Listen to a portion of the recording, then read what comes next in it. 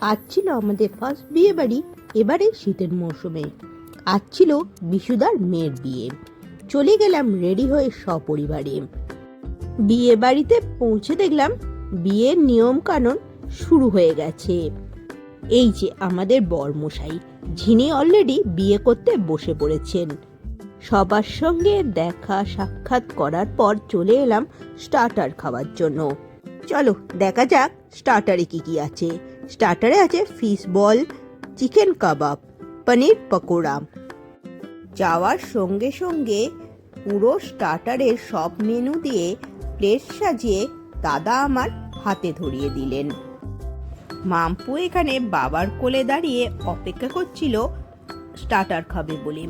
আমি স্টার্টার আনার সঙ্গে সঙ্গে সে তো প্লেট থেকে চিকেন কাবাব কাঠি দিয়ে আগে তুলে নিল, সে নাকি চিকেন কাবাব খাবে। আর এই দিকে দেখো ভাই তো কাবাব খেতেই ব্যস্ত, আর মাম্পু এদিকে বিয়ে বাড়িতে ঘুরছে ফিরছে আর ফিশ বল খাচ্ছে। ওর ফিশ বল খেতে বেশ ভালো লেগেছে। স্টার্টার খাওয়া দাওয়া করে আমরা চলে গেলাম মেন কোর্সের দিকে। এখানে আজ সিটিং অ্যারেঞ্জমেন্ট করা হয়েছিল। প্লেটে লেবু দেওয়া মাত্রই মাম্পু তো সেটা নিয়ে খেতে আরম্ভ করে দিয়েছে।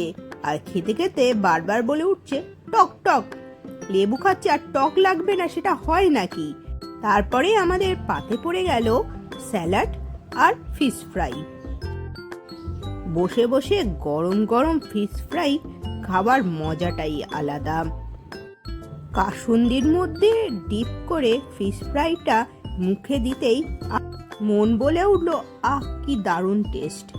আমি আর মাম্পু দুজনে মিলে ফিশ ফ্রাইটা বেশ এনজয় করে খেলাম। আবার শেষে আইসক্রিম হাতে নিয়ে বাড়ির পথ ধরলাম।